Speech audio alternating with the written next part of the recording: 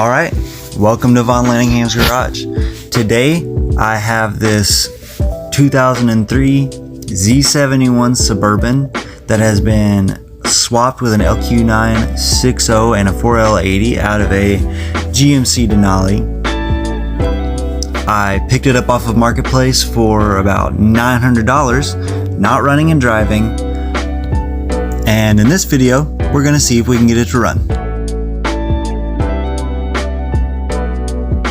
So let's give a little backstory to the Suburban. I found it on Marketplace. The guy had it listed for about $1,000, and in the listing it said that it would start up and run, but that the minute you would actually put it in gear to go drive it, it would die.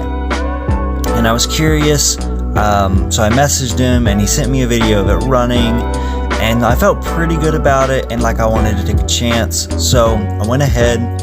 I don't have anything that can actually haul the Suburban, so I went ahead and rented a U-Haul. Went out there with my grandpa, threw it on his trailer, little car dolly, and we hauled it back. Now, of course, this being a Marketplace find, the guy wasn't completely honest in the listing. So when I got there, he was telling me that it was kind of like voodoo magic to get it to start. So he said he would go out there some days and get in it and it would start right up. Some days you would have to lock and unlock the driver's side door 3 times, and he said some days it just wouldn't start, but that when it would run, that you could sit there and let it run for 2 hours and it wouldn't overheat and it would keep the battery charged and all this stuff. So I'm gonna throw up the clip now, but the dash was doing this kind of flicker in and out. You could hear it clicking a million times a minute, just kind of schizophrenic dance, and that kind of smoothed out once I put the new battery and the ground and everything in, but it still will do it a little bit, and I'm not completely convinced that it's not half the cluster, because the clusters on those aren't known to be the most reliable. But nevertheless, the cluster was doing that, and I'll throw up the clip here also of the wires that he cut. He said he cut these and twisted them together because it was the only way that he could get the engine to have spark. It did not work for me. Once I replaced the ground strap in the battery, I went ahead and got those wires. I spliced in some extra clips of wire, and no, it's not professional, but I had electric work and it works. So you know, it's electrical tape, it's zip tied up in there, it's covered up with plastic, no one's ever gonna know. I say as I throw this on YouTube. But after I got it to that point, it would just turn over. You could hit the key and the starter would just sit there and turn the motor over and over and over. And so after going through the fuse box, you can hear the fuel pump. I manually jump wired and primed the fuel pump to the point that I could smell gas. It was like flooded almost. I could spray stuff in the intake. Like, I did everything I could as far as fuel goes to get this engine running, and nothing helped. So I was like, okay, it can't be getting spark. I went ahead and took the spark plugs out.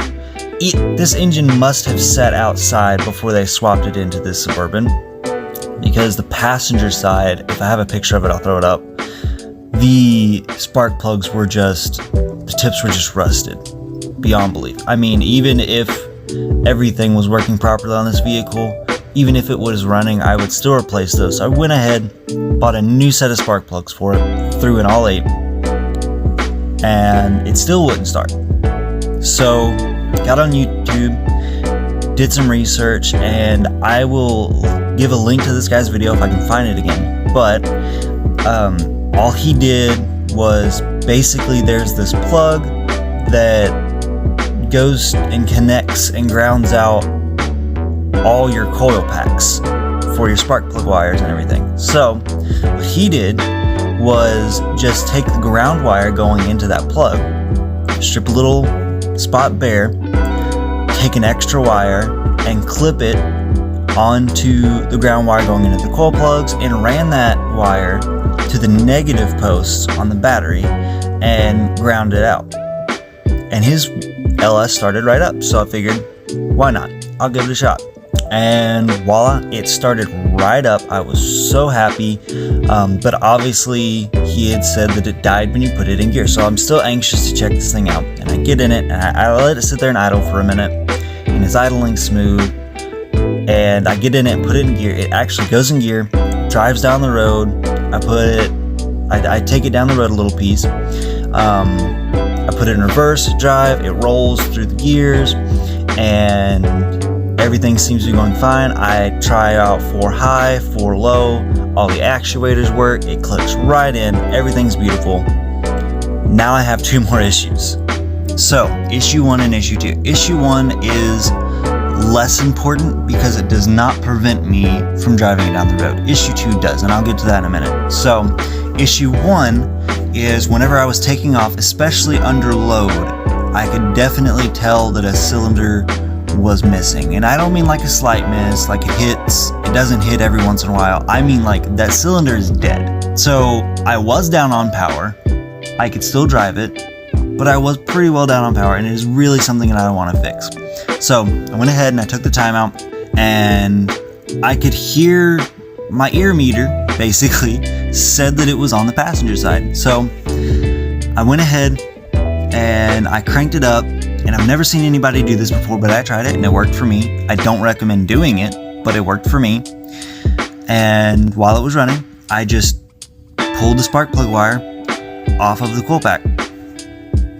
And so I went and I did that, and if the engine ran worse, then I plugged that spark plug wire back on and I went to the next one. So it turns out, I don't know what the actual cylinder number is, but if you're at the front of the vehicle on the passenger side, it was the second injector from the front. So I went ahead, I took the fuel rail, pulled it off. I have pulled LS injectors before, it doesn't look like it, but I struggle with these for some reason. But I got it out, and the way that I've tested these, and I've seen a bunch of other people test these, is you just take a 9-volt battery, and you take 2 shorter spare wires that you have lying around, or maybe you snip 2 off. Of course, twist up the ends, make them bare, twist up the ends. I went ahead and took a 9-volt battery that I had laying around, and of course I attached the black wire to one side, the red wire to the other. I put electrical tape around it, and then usually that doesn't give you enough downforce on the wires to keep them solidly connected, so I went ahead and put a zip tie around that as well, to make sure that they were firmly connected. And then I touched them to the injector. Now I don't know if you can tell in this clip, but you can, it was making a little spark whenever I would pull the ground wire off. I would have the red wire connected, and I'd pull the ground wire off, and it would make like a little click and a little spark, but the injector wouldn't click open. And if you've ever tested injectors like this before, it is a very distinct click. It's not super loud, but you'll know. And the injector wasn't clicking, so found my issue. The injector was just bad. But I went back on the Facebook marketplaces, and I found a guy actually hour and a half away selling a full set of injectors for my LQ9 for $60. So as soon as I get done recording this voiceover, I'm gonna go grab those, and I'll put those in the next video. But now on to our second issue, and this one is a bit more major. So the major issue that I noticed while driving it is that you would slow down when you hit the brakes, but the brake pedal would go to the floor, and with it to the floor, you would just slow down. You wouldn't really stop. It's kind of hard to explain, but you had to start stopping like a mile in advance, and it was terrible. So looking at it, I noticed the master cylinder looked new, so I was assuming that somebody replaced the master cylinder, maybe a couple brake lines, and didn't bleed them. I've had that happen to me before, so I went ahead, I got a buddy, and we started bleeding the brakes. Well, I heard a hissing noise, unfortunately, and right under the driver's seat, I look down and there's a giant puddle of brake fluid, and I look under there, and I'll throw up a picture of it, but the brake lines right under the driver's seat are just absolutely rusted, and one of them had rusted enough to punch a hole in it. I'm assuming that's why the guy said if you put it in gear it would die. I don't know if he actually had problems with that or if he just didn't want anybody trying to drive it because of the brakes, because he never mentioned anything about that to me, but that's how it goes with Marketplace. It's to be expected. So I have ordered a complete brake line set of all the hard lines on the Suburban. I've actually gotten those in, and I'm going to put them in later today. It should be a pretty decent job, but it will be very, very nice to know that I have all new brake lines, that everything's bled, and that I have no worries about stopping. Alright, so now I'm going to move to the interior. So, first of all, it was terrible. I'm going to have to buy new seats for it. I wanted to see if I could keep them. I looked into recovering them, but in all honesty, I can get a set from Marketplace without any tears and not that bad of wear on them for probably around $400, give or take a little bit. Recovering them, I mean, it would cost me at least $50 just to do the bottom seat cushion on the driver's seat. And the driver's seat, of course, is just, it's down to metal. It's awful. There's no way I can keep that.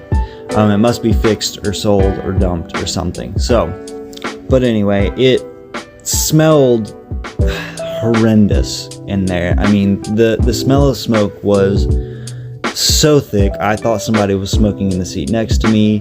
There were some other things going on. I was pretty sure that I was going to get asbestos cleaning it out, or, you know, something of the sort. But I took an afternoon and I started in the back because there was all kinds of random stuff back there. The guy said that there was all kinds of extra parts. I never got clarity on whether they came off of the Suburban or another car or what. He said there was a radiator and a bunch of other stuff back there, but when I cleaned it out, I found no radiator. I found a bunch of just literal trash, a broken TV, a TV box, just a bunch of junk, if I'm being honest. There are a bunch of, like, there was a water pump that came out of it, and a bunch of other cooling related parts, which I am happy about. It seems like somebody has gone through the cooling system on that thing. To confirm that fact, I have left the Suburban running for a couple hours, and it never gets over like 190, 195 right in there, which I am perfectly fine with. I think that is a great operating temperature for that engine. Anyway, I got to work, tore all the seats out, went ahead and I tore all the carpet out of it. The carpet was kind of ripped and just gone. I don't know exactly what happened there, but somebody was definitely using this as a truck at one point. After figuring out how to get the center console out, I pulled up all the carpet, went ahead, grabbed a shop vac, and vacuumed it out because there was still just a bunch of gunk. I of course tore up the insulation and everything that was under it too, which did look pretty nice, but I'm not gonna buy all the carpet and half the insulation. I would just rather have it all fresh. So looking at the floor pans and the floor of the entire Suburban in general, it looks amazing. There is like no rust anywhere, and I'm very happy about that. This is besides the crusty brake lines, a almost rust-free Suburban. I'm very, very happy about that because there is a lot of places that could rust on this thing. The frame is very, very straight. Like I said, no rust. The only rusty spots I can find on this thing are right behind the rear wheels, right there at the bottom where the plastics go. And it is bubbling up a little bit and you can see it coming in.